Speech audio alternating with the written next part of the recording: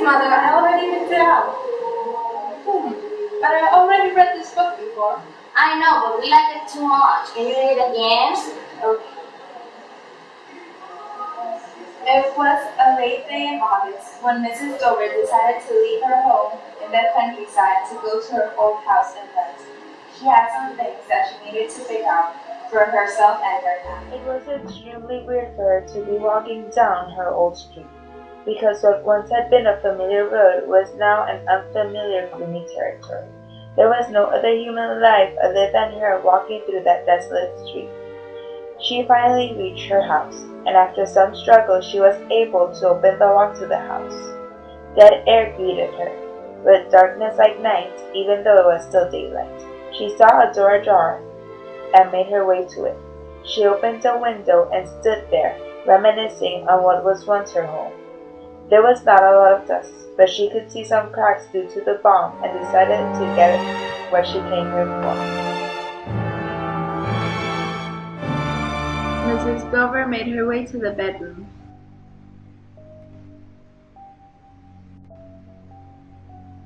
But was paralyzed because in the hall table there laid a letter addressed to her. Her first thought was that the caretaker she had hired to look after the home was back from his vacation. But the house had been shuttered, so he was not back. Why did he not drop it in the box, she thought. She was annoyed that the caretaker did not bother to send her the letter, even when he needed to forward all her mail. She finally reached the bedroom and decided not to read the letter just yet. She did this because she felt she was being spied upon, but she felt so much tension she could not help herself.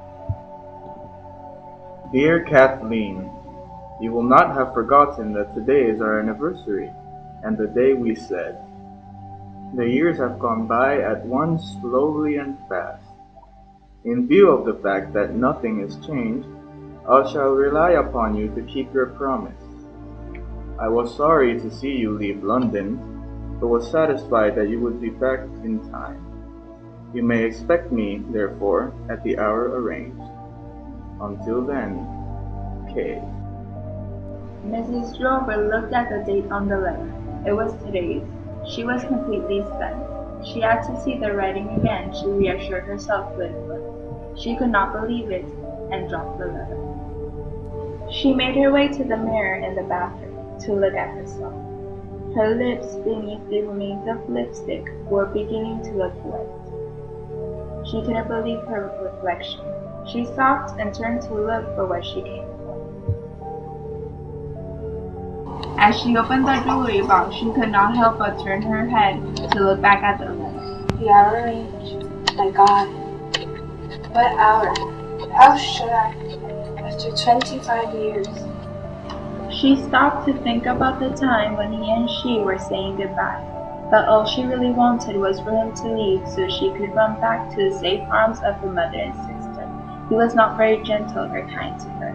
He took her hand and placed it onto one of the breast buttons of his uniform. The cut of the button on the palm of her hand was principally what she was to carry away. You're going away, such a long way. Not as far as you think. I don't understand. You don't have to. You will. You know what we said. But suppose suppose. I'll be with you sooner or later. You won't forget that. You need do nothing but wait.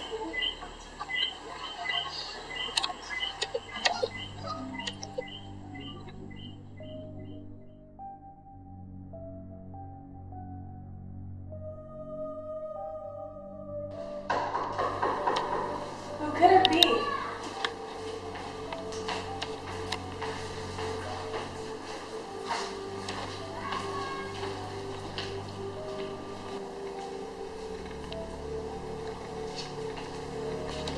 Good morning, ma'am. Good morning. On behalf of the military, I bring some news. Sure, please come in. My daughter is inside.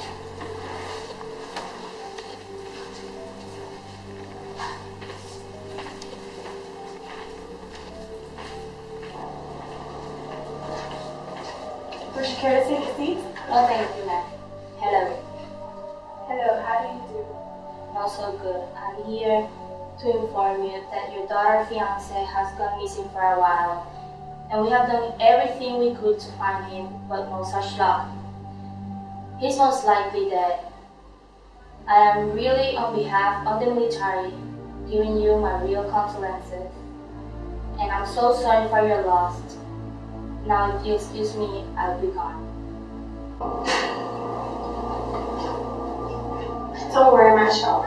I know you will get past this loss and move forward with the utmost grace. I am sure that after a year or two of consolation, you will be able to find someone else. She moved past her grief and did not reject other lovers, for these failed to appear. For years, she failed to attract men, and with the approach of her 30s, she began to feel anxiousness that she would never find somebody.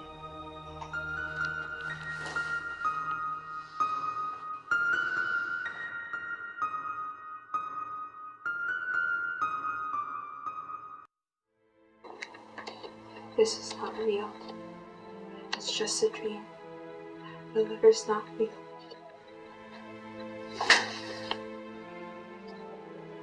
I am not alone, but I'm not leaving without the things I need.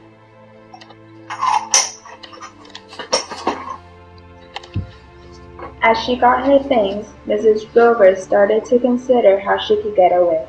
She couldn't call a taxi because the telephone was cut off. She started to worry.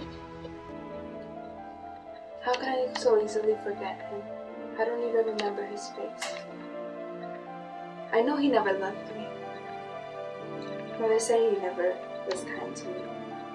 He just wanted me. I want to run away, but how can I if I won't recognize him? I have to go before the hour strikes.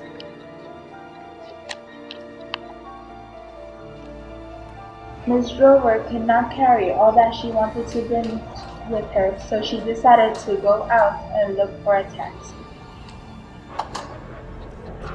She knew she would feel much safer if there was somebody else in the house while she was getting her things. She left her home and went out into the street and found a single taxi on the main street.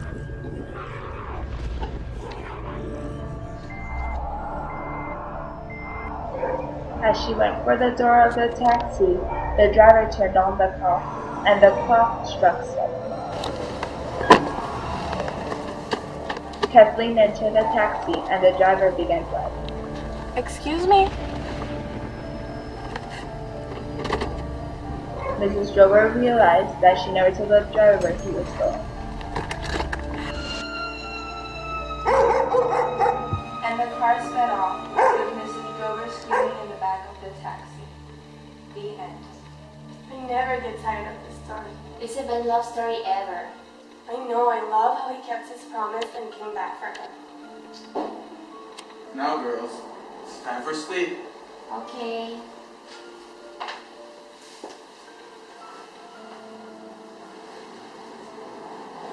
What story did you read tonight? Hours.